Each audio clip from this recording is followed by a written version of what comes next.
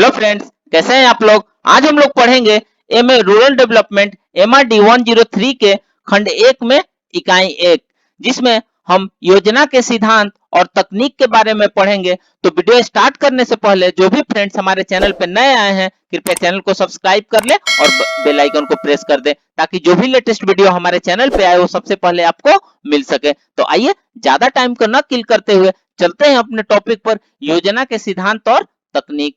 तो आइए वीडियो को स्टार्ट करते हैं।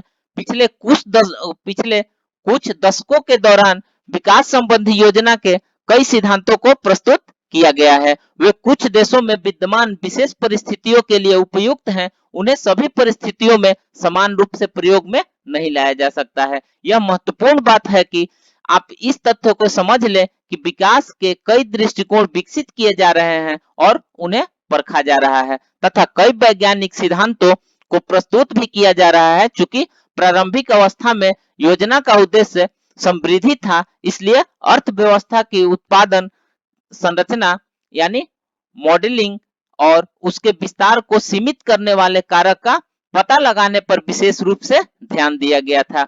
वे सिद्धांत अधिकांश उन विकासशील देशों पर तत्परता से प्रयुक्त किए गए जहां कुल उत्पादन में औद्योगिक क्षेत्र का प्रमुख हिस्सा था। जैसे ही वितरण की संकल्पना को एक महत्वपूर्ण उद्देश्य के रूप में मान्यता मिली, समृद्धि योजना मॉडलों में अलग अलग क्षेत्रों अथवा स्थानीय क्षेत्रों को भी उनके ढांचे में शामिल किया जाने लगा। इसलिए बहुक्षेत्रक मॉडलों में विभिन्न समूहों के आय स्तरों को प्रभावित करने वाले कारक शामिल करने पर विचार किया गया है। 60 और 70 के दशक के दौरान इस विकास ने क्षेत्रीय विकास योजना सिद्धांतों का मार्ग प्रशस्त किया है। आइए नेक्स्ट देखते हैं क्षेत्रीय विकास योजना सिद्धांत। औद्योगिक रूप से विकसित पश्चिमी देशों में क्षेत्रीय विकास संबंधी पहले के दृष्टिकोण मुख्य रूप से समृद्धि मुखी थे और उनमें यह कल्पना की गई थी कि आधुनिक क्षेत्र कार्यों द्वारा उच्च समृद्धि दर प्राप्त की जा सकती है। परंतु क्षेत्रीय अर्थव्यवस्था में उच्च समृद्धि पैदा करने की अवधारणा भिन्न भिन्न विकास सिद्धांतों या मॉडलों में अलग अलग थी। विभिन्न प्रकार के क्षेत्रीय विकास सिद्धांत ग्रामीण क्षेत्रीय योजना के लिए उनके निहितार्थ सहित तालिका 1 में दिखाए गए हैं। कुछ प्रासंगिक विकास सिद्धांतों का उल्लेख तालिका 1 में किया गया है।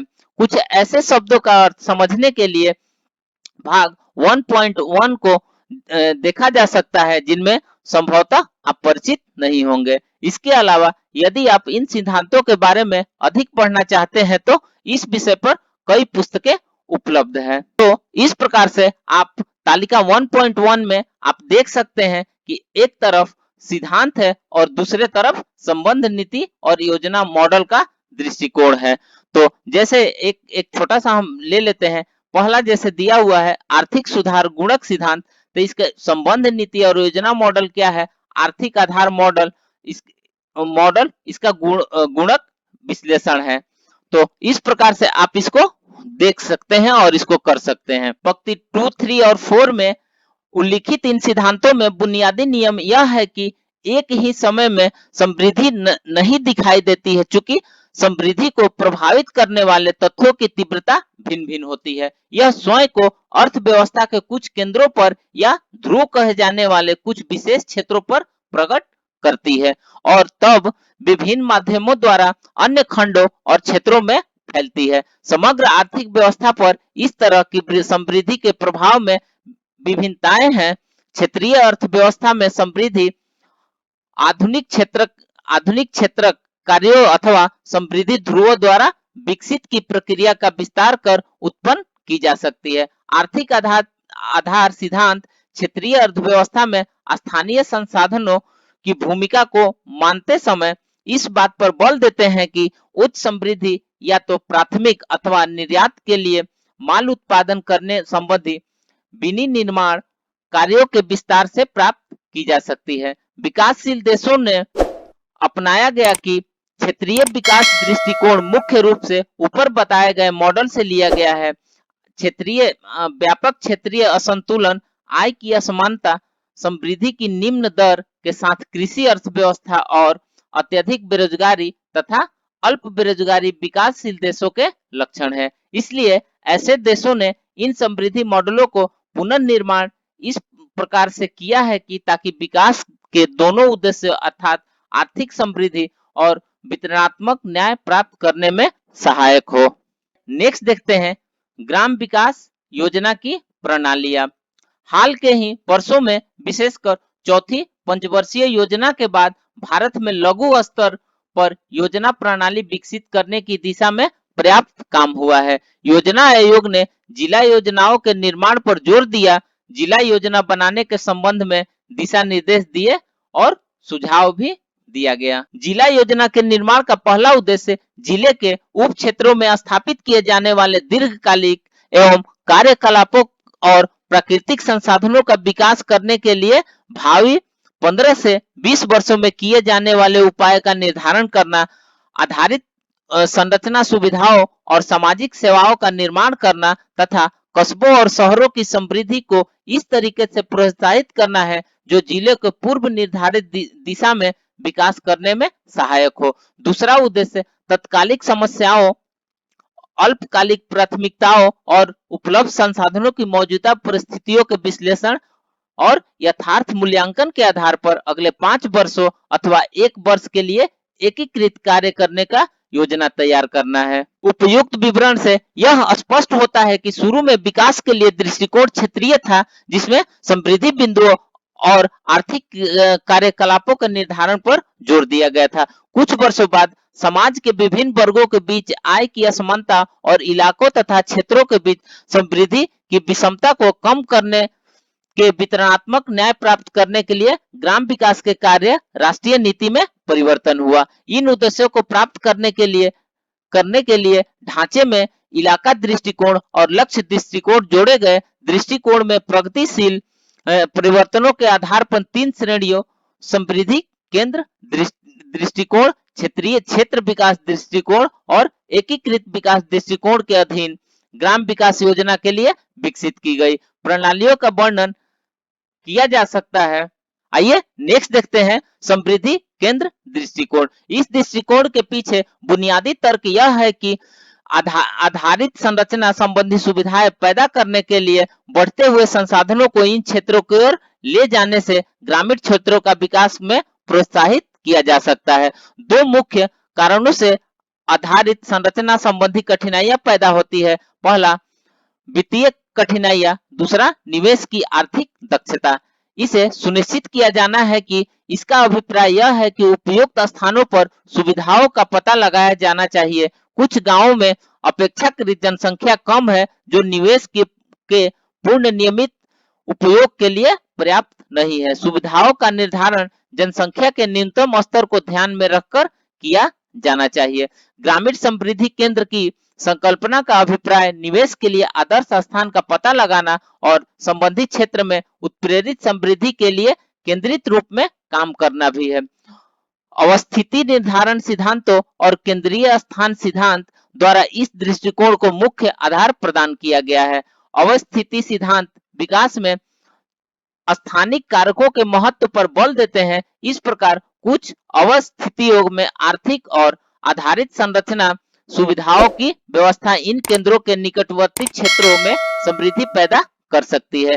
केंद्रीय स्थान सिद्धांत उन समृद्धि केंद्रों पर ध्यान केंद्रित करते हैं जो उनके इर्द गिर्द स्थानों में समृद्धि पैदा करते हैं। फिर भी अवधारणा स्थानीय आर्थिक शक्तियों की संभावनाओं की उपेक्षा करती है और उस उत्प्रेरित समृद्धि पर बल देती है जो भारत की गांवों की परिस्थितियों के अधीन अव्यवहारिक होते हैं। अन्य समस्या यह है कि समृद्धि केंद्र उस क्षेत्र में हो रही सामाजिक आर्थिक कार्यकलापों के पुनर्ध्रुवीकरण की भावी प्रवृत्तियों को ध्यान में नहीं रखते हैं। आइए नेक्स्ट देखते हैं क्षेत्र विकास दृष्टिकोण। यह समृद्धि केंद्र दृष्टिकोण का विस्तार है और इनमें आर्थिक समृद्धि प्राप्त करने में स्थानीय कारकों को ध्यान में रखा जाता है। क्षेत्र का एकीकृत विकास न केवल पर्याप्त आर्थिक आधारित संरचना नेटवर्क के विकास पर निर्भर करता है, बल्कि इस बात पर भी निर्भर करता है कि स्थानीय अर्थव्यवस्था के कारकों के उत्पादन आधारित संरचना के लिए किस तरीके से सक्रिय किया गया है। दूसरे शब्दों में क्षेत्र के एकीकृत विकास के लिए स्थानिक और कार्यात्मक एकीकरण का होना आवश्यक है। इस प्रकार यद्यपि ग्रामीण समृद्धि केंद्र आधारित संरचना सुविधाओं की व्यवस्था के लिए आदर्श और स्थिति प्रदान करते हैं, परंतु क्षेत्र की एकीकृत विकास प्राप्त करने के लिए उनके भीतर के इलाकों को एकीकृत बहुक्षेत्रक योजना की बुनियादी योजना इकाइयों के रूप में माना जाता है। इसलिए यह दृष्टिकोण ग्राम विकास के लिए व्यापक ढांचा प्रदान कर सकता है। यद्यपि यह दृष्टिकोण के स्थानिक पैटर्न के बीच भी संतुलन बनाए रखता है, परंतु यह सुनिश्चित नहीं करता है कि आर्थिक समृद्धि में ग्रामीण क्षेत्रों के सभी वर्गों और समुदायों को इसकी भागीदारी मिल रही है। यह जरूरी नहीं है कि विकास का व्यापक प्रभाव खास तौर से भारत के गांवों की वर्तमान स्थिति में पूरे समाज पर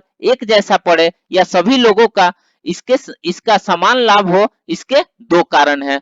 पहला, उन क्षेत्रों में जहां आधुनिक कृषि प्रौद्योगिकी का प्रचलन नहीं हो सका है, वहां गांव में कृषि और इससे संबंध कार्य भी सभी उपलब्ध मजदूरों को पूरी तरह से रोजगार नहीं दे सकता है। दूसरा है, संसाधनों तक खास तौर पर भूमि गांव के बहुत से लोगों की पहुंच से बहुत कम है या बिल्कुल नहीं है। आइए नेक्स्ट देखते हैं एकीकृत ग्राम विकास दृष्टिकोण। जैसे कि ऊपर चर्चा की गई है, ग्राम विकास दृष्टिकोण की समस्याओं और ग्रामीण निर्धनता की समस्या से निपटने के लिए सरकारी नीतिकरण के संदर्भ में ग्राम विकास की नई कार्य नीति अर्थात एकीकृत ग्राम विकास दृष्टिकोण विकसित की गई है, क्योंकि क्षेत्र विकास दृष्टिकोण कुल मिलाकर रोजगार, आय और परिसंपत्ति के वितरण में असमानता के प्रश्न को हल करने में असफल रहा है।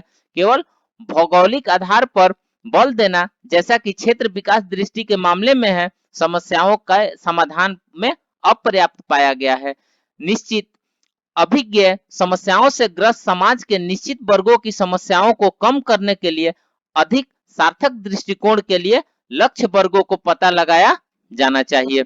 छठी पंचवर्षीय योजना जो 1978 से 83 के बीच प्रारूप में एकीकृत ग्राम विकास संकल्पना का उल्लेख निम्नलिखित शब्दों में किया गया है। पिछली योजनाओं में विभिन्न ग्राम विकास कार्यक्रमों के अनुभव से यह दिखाई देता है कि क्षेत्र के समग्र विकास और स्थानीय लोगों, खास तौर पर समाज के कमजोर वर्गों को लाभ पहुंचाने के लिए मात्र परियोजना दृष्टिकोण या क्षेत्रक दृष्टिकोण पर्याप्त नहीं है।